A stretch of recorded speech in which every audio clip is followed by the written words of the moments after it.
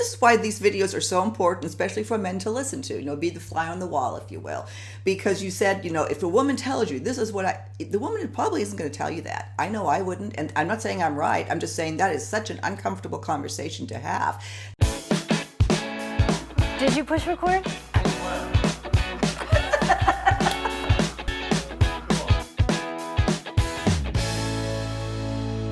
Thanks so much for tuning into Our Second Act with Paige and Silka.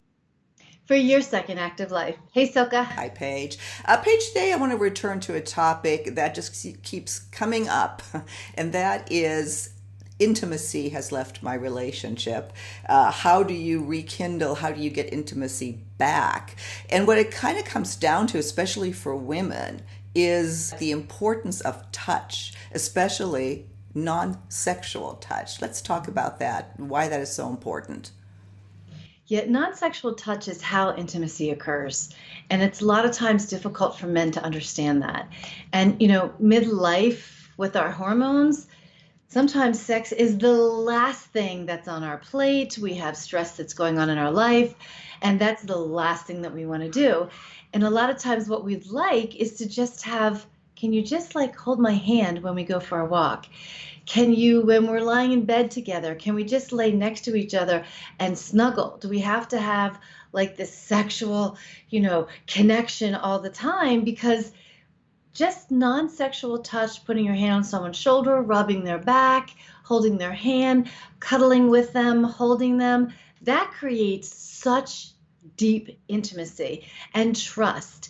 And it makes a woman feel like, wow, I'm connecting with you in a way that works for a woman, in a much deeper emotional way that sometimes, a man doesn't go there as much. Sorry, men, but it's just a reality here of, what women are needing and what is so needed in relationships. Yeah. You know what? You said something interesting, and I may even change the way this conversation is going, but I think it's something that's difficult to understand sometimes for men. You said, sometimes sex is the last thing we want. And maybe the or the question is, well, why? Because that's being intimate. For a man, that's being intimate. Well, yes, for a man that's being intimate, and for a woman often, because we do seek that intimacy, that touch, that other, that he wants me for more than just sex. Yes. It builds resentment, doesn't it?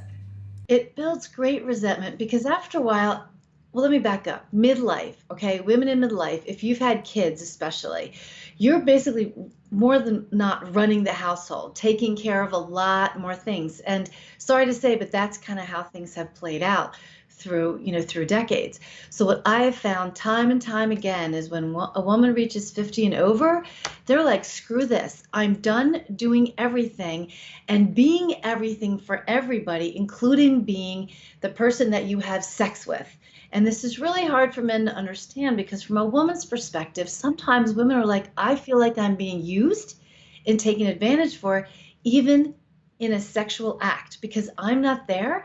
And women will say to me all the time, you know what I have to do? All right, I got to pretend that I'm in the mood and go through this sexual act.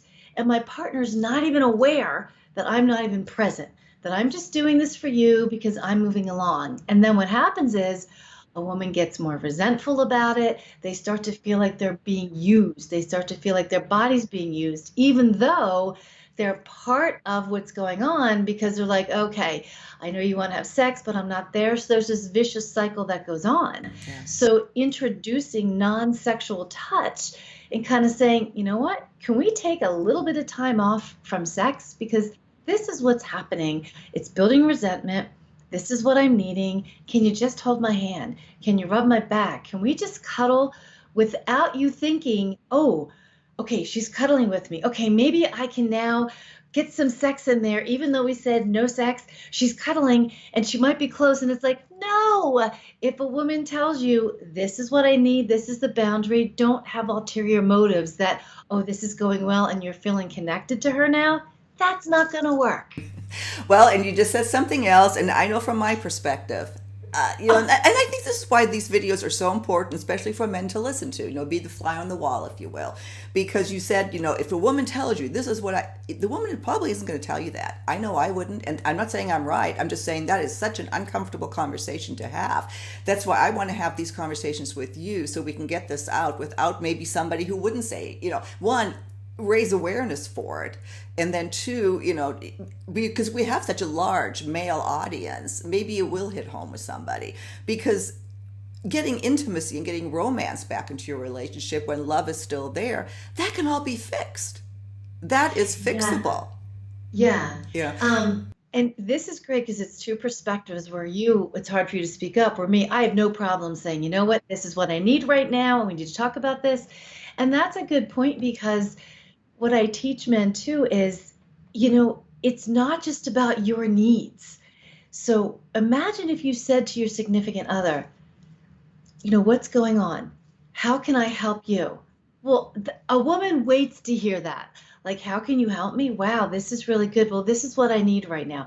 Okay, let me see what I can do for you on this. Like this, that one statement. How can I help you? What do you need from me right now?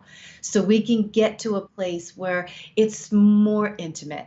And I've had men come in and say to me, Paige, I vacuumed the other day and we had sex.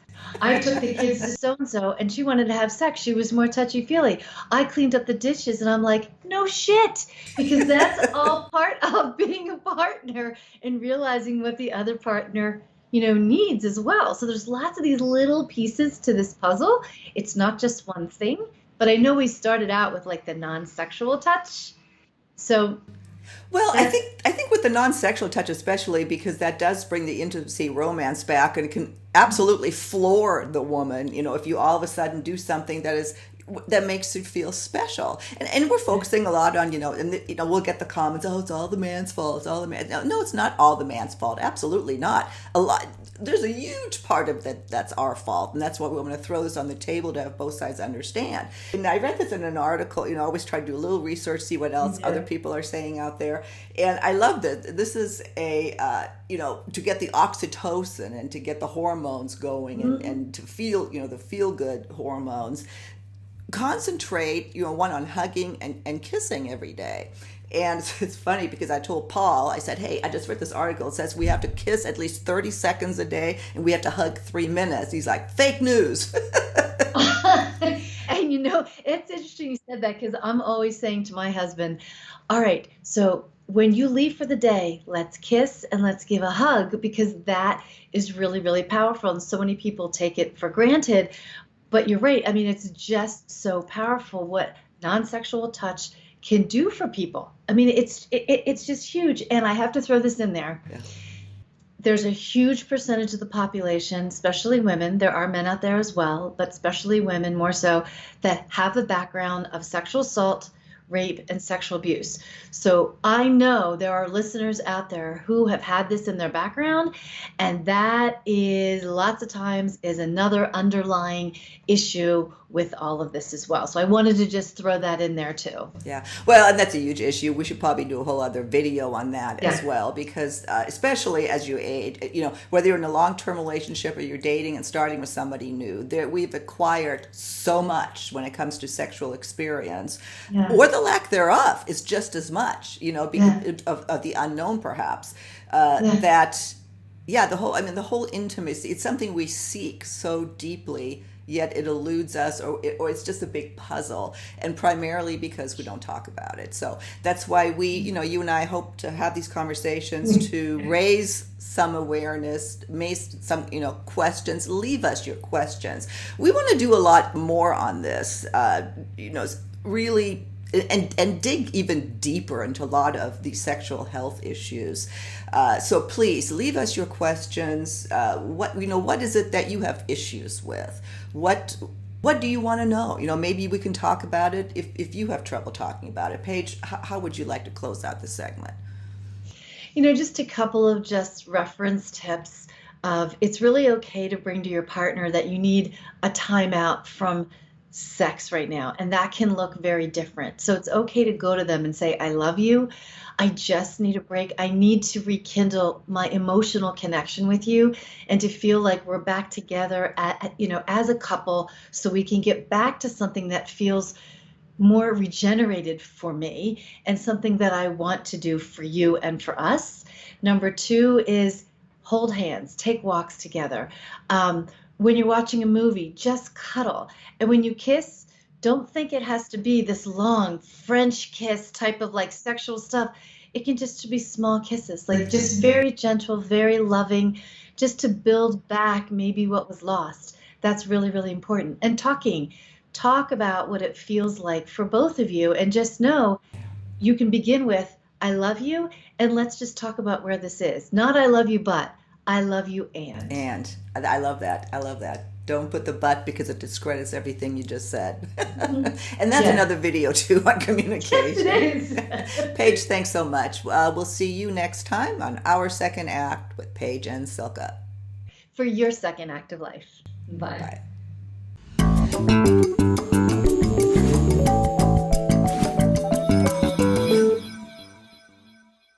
If you haven't done so already, please be sure to subscribe to our channel. The button is right over here. Just click on through to YouTube, and when you see the little bell right next to the subscribe button, hit that too. We'll notify you every time we launch a new video. See you next time.